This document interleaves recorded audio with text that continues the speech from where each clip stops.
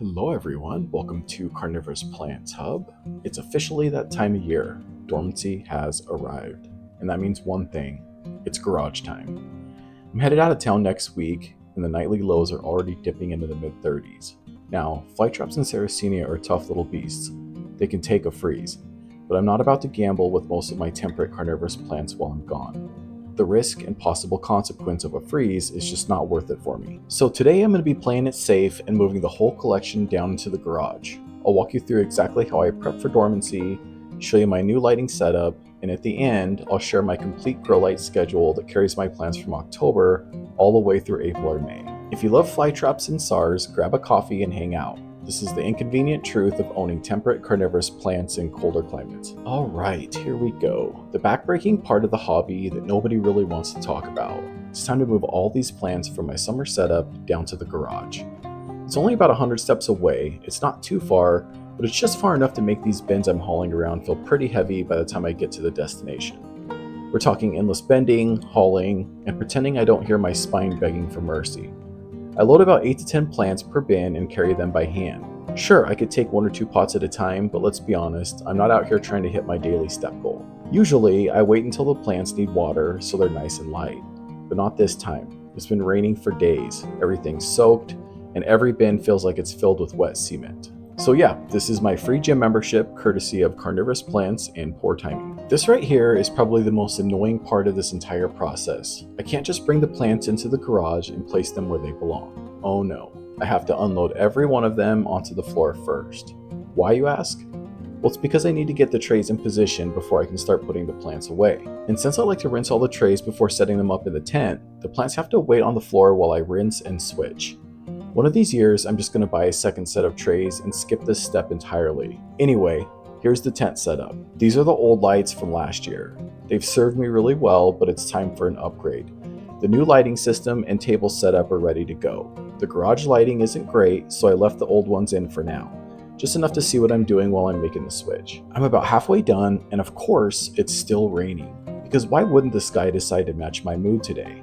Every trip back and forth just adds another layer of soggy misery to this experience. I already hate putting my plants into hiding for the winter, and now, the rain coming down and everything soaked, it's like the weather is saying, yeah, let's make this extra depressing. Honestly though, it's the perfect gloomy send-off for the growing season. Alright, I just beat nightfall. It's cold, it's wet, it's dark, but every single plant is finally in the garage where they belong. Mission accomplished. Well, kind of. Now all that's left to do is rinse out the trays and set up the new lights, which honestly feels like a victory lap after a marathon. The plants are in, the rain's still coming down, and I'm running on pure stubbornness at this point. Before we get back to the big move, if you haven't yet, check out carnivorousplanthub.com. That's where you'll find my premium substrates. I've spent years perfecting my premium mixes. I use crushed glass to give your substrate a special dazzle. And don't worry, the glass isn't sharp or harmful, it's just like sand. My most popular product is a carnivorous plant repotting kit. They come in 2 sizes, for larger plants and then one for smaller plants. These kits are perfect for Venus flytraps, sarracenia, sundews, and I also have a special mix for pings that also comes in a kit. You'll get my perfected soil blend plus a high quality planter. It takes away all the guesswork from repotting your favorite carnivorous plant. Just get the repotting kit, follow my step-by-step videos, and set your carnivorous plants up for success. I've even got videos on the site showing exactly how I make the soil and the ingredients that I use. It's full transparency. And you don't have to just take my word for it. My website has countless reviews from happy customers. I've never given away product in exchange for reviews or solicited a review in any kind of way. All my reviews are 100% authentic from real buyers. The link to my website's in the description and the pinned comment. Alright, the trays are finally in the tin, rinsed, cleaned, and ready to roll. I might still need to adjust them once I get the lighting dialed in, but at least that part's done. I'm holding off on putting the plants in their spots until the lights are fully set up. No sense in perfectly placing everything just to move it all around again. One step at a time, slow and steady wins the dormancy race. Alright, the old lights are down. Well, except this one. It's the lone survivor lighting my mission like a true hero while I wrap this thing up. Now that everything's cleared out, it's time for the fun part. Installing the brand new Spider Farmer lights. I've been looking forward to this upgrade and I'm honestly pretty pumped to see how the new setup turns out. I think the plants are ready for it too. After that cold, rainy haul into the garage, a little warmth and glow are exactly what they need. time to light this place up. And real quick, if you're still in the market for late season carnivorous plants like Flytraps or sarracenia, California Carnivorous still has a huge selection. Head on over to their website, californiacarnivores.com, to see what they have available. Use my exclusive code BUGEATER, that's BUGEATER, at checkout for 10% off. There's a link in the description and the pinned comment. Let me introduce you to the Spider Farmer SE4500. It's a 320 watt beast of a grow light. Each one covers about a 2 by 4 foot area. And since my tent's 8 feet long, I grabbed 2 of them to light things from end to end. I won't dive too deep into the specs here. I'll be doing a full unboxing and review for these lights soon. But just to give you a taste, they've got built-in timers, dimmable control, and you can even manage them straight from the app. It's pretty awesome stuff. Honestly, these are hands down the nicest grow lights that I've ever personally owned. If you want to check the specs or the pricing, I'll drop a link down in the description for you. Now, I know I catch a lot of grief for my zip tie setup, and yeah, there's probably a more professional way of hanging these things.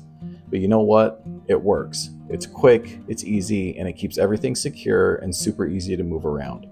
I love having the ability to dim these lights. It's a nice feature since the plants don't need a full blast of light mid-dormancy.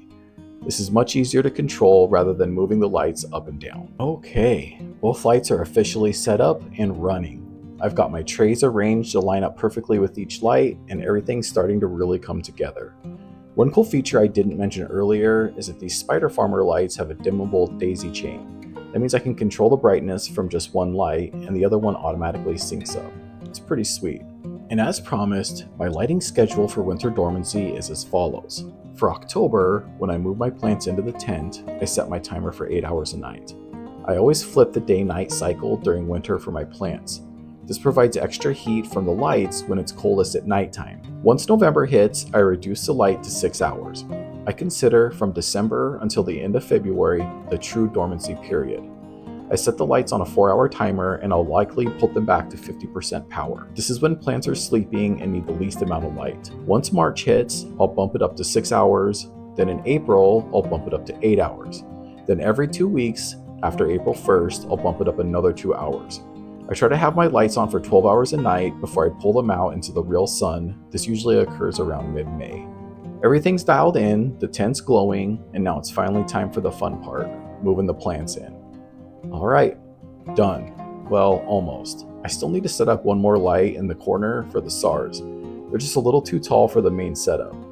I'll be trimming those pictures back soon to make them more manageable, but for now, I'll hang a light a bit higher just for them. Everything else is ready to go, and honestly, I'm thrilled with how this turned out. The light coverage is fantastic, every plant's getting plenty of rays to stay happy through the winter, and once spring rolls around, they'll be primed and ready to explode back into growth. If you enjoyed this setup, pour some water on that like button and subscribe so you don't miss any of my dormancy updates this winter. And if you want to learn more about Venus flytrap dormancy, check out the video that's popping up on the screen right now. Thank you so much for watching. I really appreciate you stopping by, and I hope to catch you in my next video. Bye.